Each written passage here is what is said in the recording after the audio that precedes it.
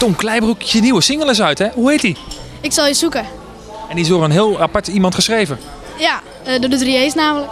Zijn dat nou ook jouw grote voorbeelden? Ja, de 3A's tuurlijk. Wat vind je het leukste nummer van de 3A's? Ik denk nog de allereerste Kom. Ja, dat is een van hun eerste singles, ja. Hoe ben je met de 3A's in aanraking gekomen? Nou, ik vond zelf de Volendamse muziek het allerleukste wat er is. En toen zeiden ze, ja, dan moet je achter de 3A's aangaan. Of Jan Smit natuurlijk, maar ik dacht de 3A's. Ja. En hoe gaat zoiets dan? Ga je dan uren voor de deur staan, aanbellen en zeggen... Hallo, ik ben Tom en ik wil een plaatje maken? Nee, ik zit natuurlijk bij Sony BMG, of Sony Music, dat is mijn platenmaatschappij. En die hebben daarvoor gezorgd. Maar dat is niet zomaar iets, hè? Nee, natuurlijk niet.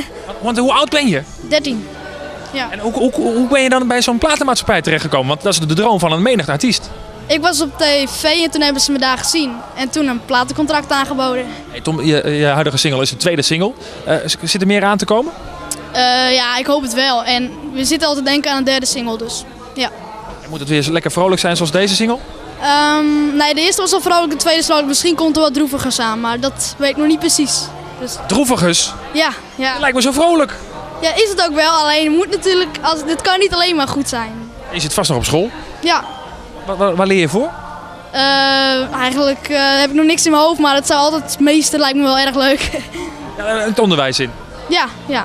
Als je nou moet kiezen tussen het worden van meester of zanger. Tuurlijk zanger, ja, tuurlijk. Is dat de allergrootste droom van Tom geweest? Ja, altijd al. Vanaf kinds af aan.